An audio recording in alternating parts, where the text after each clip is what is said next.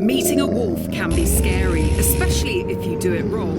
From being growled at, to fear-nipped, full-on attacked, and sometimes where a life might be at risk. Hi, my name is Anneka, and I've interacted with wolves and wolf dogs all over the world. But this could go wrong if you don't know what you're doing. One question that always comes up: what is the correct way to greet a wolf when you meet one? Do you think you'd know what to do if it happened to you? What if you got it wrong? There could be serious repercussions. Today I share my secrets with you on how to greet a wolf, both tame and wild. Hopefully this information will make you more confident in your first wolf encounter, so stay tuned. It's not as simple as you might think.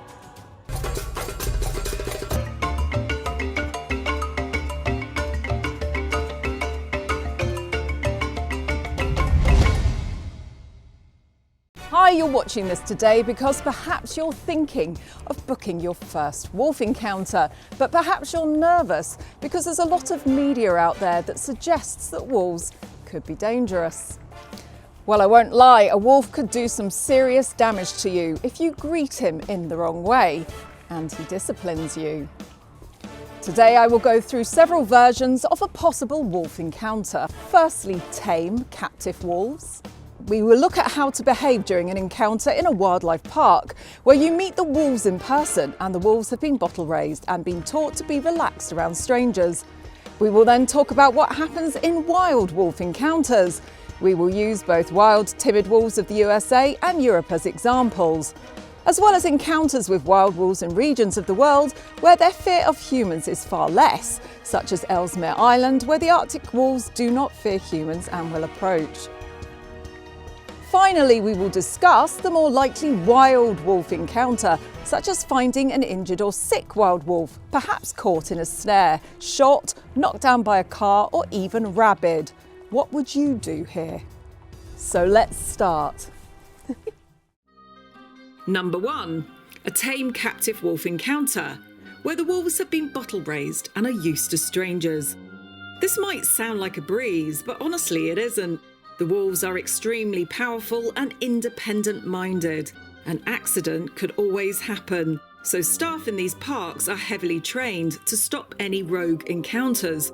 Also, if you remove fear of humans from the wolf, you are more likely to get aggression directed onto you, as the wolf will have lost his fear for you. So this is why you must always listen to the park staff on how to behave. A tame captive wolf will tolerate a certain degree of discipline from park staff who have raised them from babies. But as you are a stranger, you will not be able to handle or touch them in the same manner to which the staff can, or you could be bitten. Your possible dominance will be seen as confrontation, which could end with an injury. Perhaps the same behaviour you give to your dog might be perceived as way too challenging and dominant for the wolf. So let's run through some very basic advice. When you enter the enclosure, tame bottle-raised wolves will immediately want to greet you. If the wolves are trustworthy, the staff will instruct you to kneel down with one leg behind to stop yourself from being pushed over, or you'll be asked to stay standing upright with one leg slightly behind to prevent the loss of balance. This is because the wolves like to greet quite forcefully with their mouths. They can use their front paws, 2 on your shoulders, or stand on your legs to get more height. So be prepared for some serious and forceful strength being directed onto you.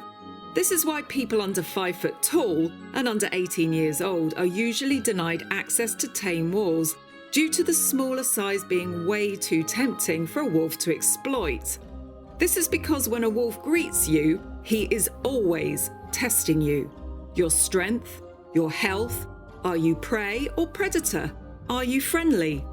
Not because he wants to eat you, but because he might be able to dominate you, like a lesser pack member. Children often wiggle and squeak, which means they are usually denied entry, as their small size combined with wriggling can put a wolf into predator hunt mode, where his tugging clothes excitement could quickly escalate to pulling apart, like pulling apart a wriggling prey animal. If the captive wolves are too boisterous for you to kneel down with them, some parks will advise you not to crouch, but to stand strong-footed while each wolf jumps up on you, putting their paws on your chest to make contact with your mouth so they can test your scent, what you've eaten, and your general health. If this happens, do not panic and allow the wolf to greet you. Be calm at all times, peaceful and non-confrontational. The less wriggling, the more calm you are, the wolf is too. Also, if you move too much, occasionally a wolf might nip you from behind, so don't draw too much attention to yourself. This happened to Steve Backshaw when he visited Polar Park. He moved too quickly and spooked one of the wolves, so he almost got a warning nip. Sometimes you'll be instructed to present a closed fist to the wolf if the wolf is very timid and doesn't feel safe enough to jump up to say hi to your face. He can sniff your extended hand instead. Obviously, fingers must be tucked away in case of any nipping or tugging. Remember, it's always on the wolf's terms. Never chase or corner a wolf. This could result in a protective bite. Stay calm and non-threatening and don't stare them out, as that's a challenge in canine language. If you do all of this, hopefully the wolves will choose to come say hi to you. If they don't, then perhaps next time you'll be more lucky. As mentioned in a previous episode, women are more likely to get a successful encounter than a large man, due to them having less testosterone, being smaller and softer spoken. Women are just less threatening and appealing to wolves of both sexes. If you missed that episode, I'll pop a link in the information bar now. Another request will be to remove anything hanging, dangling, especially long hair or hats. Wolves just love tugging on things, whether it's a loose shoelace or long women's hair. Hats can be removed and stolen. It's advised that women hide or tie up their hair, otherwise wolves will find it too tempting. It might seem funny at the time, but it's extremely painful as the wolf can try to actually remove your hair. And if you topple over, it can excite the entire pack, who then will start to want to tug on you collectively. This can escalate fast, so staff are trained to make sure no visitors are tugged or pulled over. And if they are, they will jump in to keep the wolves off you whilst you get back up again.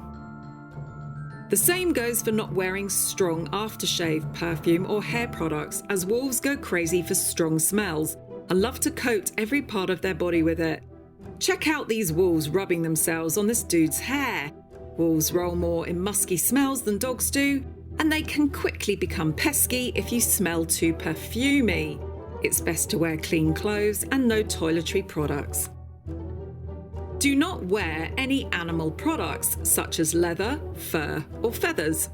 This smells like food to them and could result in them trying to take it off you.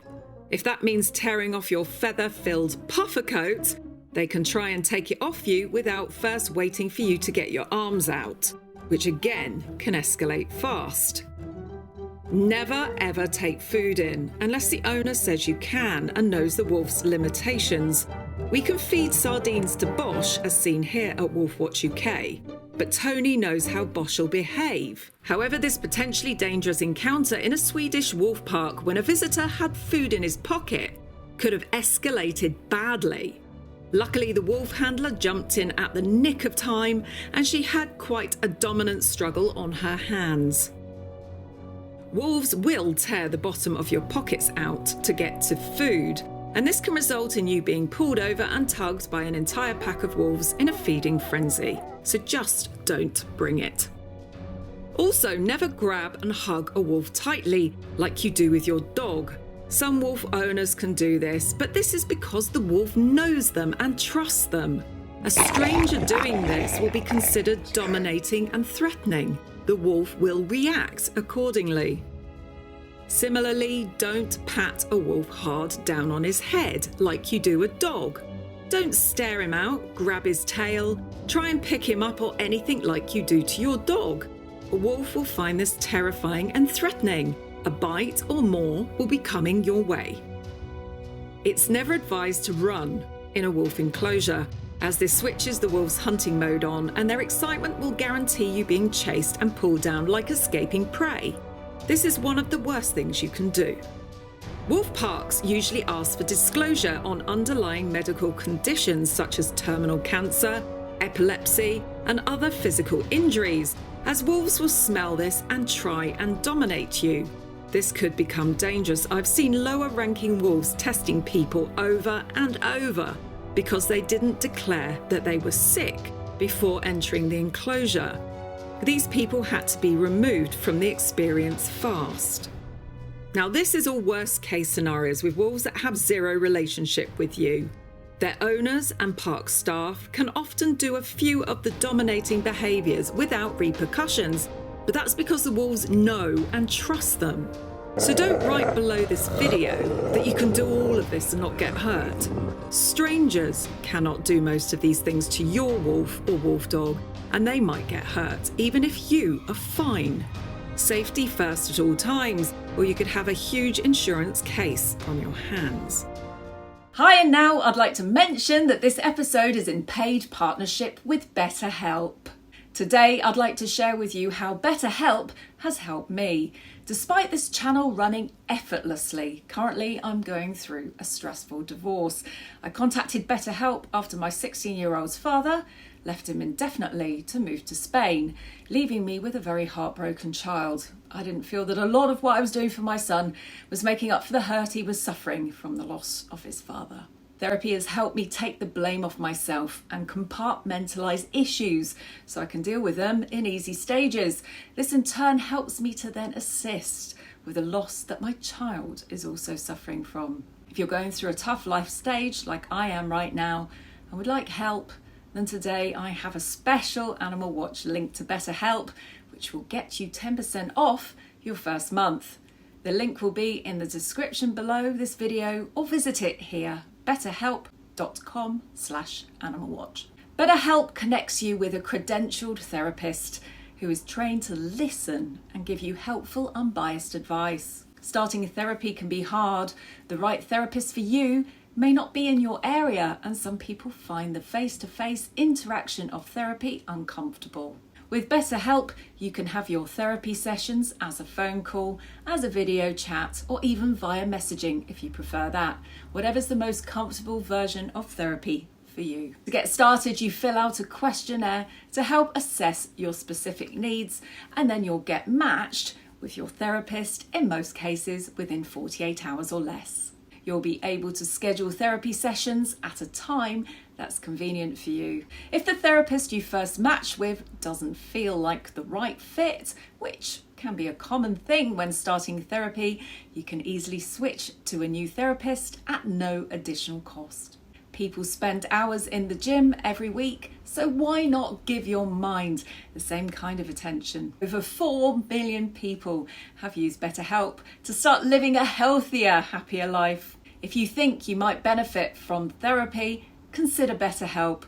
Click the link in the description or visit betterhelp.com/animalwatch. Clicking that link helps support this channel, and it also gets you 10% off your first month of BetterHelp, so you can connect with a therapist and see if it helps you. Good luck. Now remember, there are also varying levels of tamed wolves in parks, and some really do not care for humans at all if they've had minimal interaction. These wolves can be the most dangerous, as they still don't fear you to a certain degree, but also actively sometimes will want you to leave their enclosure. To do this, they might charge, nip, or intimidate you. Anya at Wolf Watch UK only allows staff to stroke her due to issues earlier in her life. I've seen her go to nip visitors a few times out of jealousy. I've also seen zoo wolves try and pull someone over as a pack by stalking them from behind and trying to tug them over. So never ever think you are safe just because they are less timid than wild wolves. They are way more dangerous, as wild wolves still fear you and won't approach. So now let's talk about wild wolves and the 3 encounters I mentioned earlier. Firstly, totally scared wild wolves. These wolves are found in heavily hunted areas where both genetic and cultural inheritance has created wolves who actively stay away from humans who they fear. I can promise you that if you are trekking out in the wilds, that the chance of being hunted by a wolf or wolves is pretty much zero. In fact, More reports have come from coyotes or coy wolves coming close, as coyotes are far braver in urban areas than any wolf is. If you see a wild wolf, then say thank you and treasure that encounter. If for some rogue reason you ever find yourself alone in the mountains, the simplest deterrent is fire, a gunshot and standing your ground. But I promise you, you'll never need to use this, as they won't care to come near you.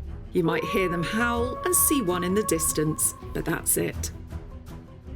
This Mongolian/Chinese wolf footage, which is going viral on TikTok and other platforms, shows what looks like wild wolves nipping and trying to attack a man. It is incredibly misleading, as the man in these videos actually owns these wolves, and they are semi-tame. He harasses and annoys the wolves on purpose to get viral videos. Wild wolves do not lunge and attack humans like these videos show. They have confidence, as these wolves have been in contact with this guy since birth, and he feeds them all. These videos are damaging to wolf conservation, as viewers all presume that these are wild wolves and they attack with confidence, like this suggests. He films his wolves fighting Tibetan Mastiffs and other flock guardian dogs too. So how about the wolves of Ellesmere Island? Famous for being brave and forthcoming around humans, as seen here. Well, this certainly is a different set of behaviours we must understand. Number 1, do not feed them, as feeding can encourage biting and harassing humans for food, which can lead to aggression when the lack of fear is no longer there. Do not approach them, just stand your ground, stay calm, and you'll probably be treated to a roving curiosity, which is a joy to behold, like in some of these clips. Gordon Buchanan did say during his encounter on Ellesmere Island that the wolves did want to test his boots with their teeth and try and steal things. Camera crew generally take electric tripwires with them to erect around their tents to discourage the wolves entering the tents. Most of the time, the wolves will just follow you with a calm curiosity, which is magical to behold. If you do get a rogue one which is trying to grab your clothes, as he's been overfed by humans, a simple stamping and facing up to them should work. Shouting and running a little towards them, but that's only if you get a rogue one. A gunshot noise should always work if that doesn't. Now we get to the worst wild wolf encounter: injury or sickness. This can create a lame, disabled or trapped wolf, intent on protecting himself at all costs. This scenario with a trapped wolf in a fence ended well for the wolf, but goodness me, did he try and bite out of fear. An injured wild wolf will 100% bite you. And remember, his mouth is huge and his bite force is way stronger than any dog's. His size is way bigger than your German Shepherd, so only attempt animal rescues if you are being assisted by park wardens or experienced animal rescuers who have equipment and protective clothing. Generally, during a freeing of a wolf, the warden or rescuer will need to divert the wolf's gaze and teeth to free a leg, which means blocking his head with a board so he can't bite onto the rescuer, cutting him free, or loosening the snare. Snares are nasty, and many leave wolves with lasting injuries, even if they are freed. Rabid wolves will need to be euthanized immediately by the correct wildlife warden. Never ever, under any circumstances, approach a rabid wolf. Telltale signs include irritation, aggression, bravery, twitching, and being alone from the pack, like shown here. Just a side note, if you've been sucked in by these wolf videos of snared wolves being rescued in the USA, do not get sucked in. The only reason they are being freed is the snaring will have coincided with no wolf hunting season. If that same wolf is snared during hunting season, those same people will most probably shoot it. Now finally, some tips for the budding wolf behaviourist. How about adopting a nice low-content wolf dog? I originally adopted my first wolf dog as I wanted to learn wolf behaviour up close in my house. Wolf dogs are by no means the same as a full-blood wolf, but it's a good starting point to help you watch their behaviour, their likes, their dislikes, their fears and their limits. My first wolf dog was a Czechoslovakian wolf dog. In fact, I ended up getting two, as I heard that they love each other's company. They are 25% Carpathian Wolf and 75% German Shepherd. They are an established dog breed with no recent full-blood wolf going back in since the 80s. They can live inside your house and be trained like a normal dog, with quite a few wolf traits to help you start to relax around a wolf. They are huge and powerful like a European wolf, and my experience with them, which helped me understand wolf behaviour, included their power and strength when they play, and they play rough and hard. I was knocked flying a few times, I had a few bashed chins, bloody noses, scratch on my torso, arms and legs that have now scarred, had my head dragged around by my hair. They are, however, crazy affectionate and love dishing out kisses. So you can see where this comes from, as full-blood tame wolves are so physically affectionate.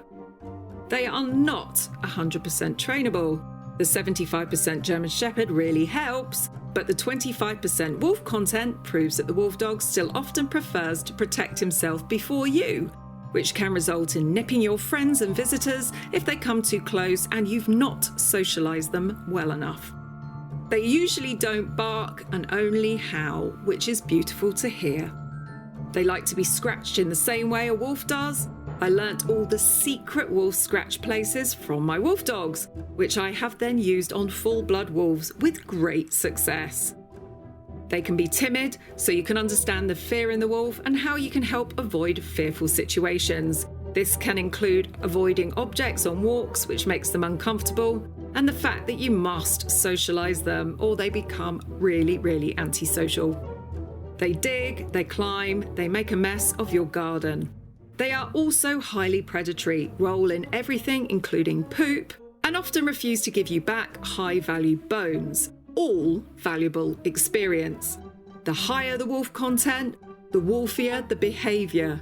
So if you end up with high contents like walking with wolf dogs or Jessica Pecorari here, be prepared for major house destruction, even more injuries from hard play and escaping out of anything and everything. So good luck from me to you, and I really hope you have a wonderful first wolf experience. Please, however, do not support zoos where wolves are housed in small enclosures. These same wolves are stressed and are often euthanized to make way for new wolves. I despise these zoos with all my heart, as they are so cruel. Instead, try Wolf Watch UK if you live in Great Britain, as they rescue wolves and keep them in such beautiful natural surroundings. Jaws and Paws is a wolf and wolf dog rescue in the USA where you can meet the dogs and the wolf dogs up close. Also, if you want a beautiful scenic natural experience, fly to Polar Park in northern Norway to meet a very well socialised semi-wild European wolf pack. A wonderful totally wild wolf encounter is Churchill Wild Safaris in Canada, where you can get up super close with wild wolves that are comfortable around humans. And if you enjoyed this episode of Animal Watch, then be sure to give us a big thumbs up and subscribe to the channel by clicking the button in the bottom hand corner. And be sure to tune in every week where we'll be bringing you more amazing episodes on dogs, wolves, animal rescue and conservation. Bye for now.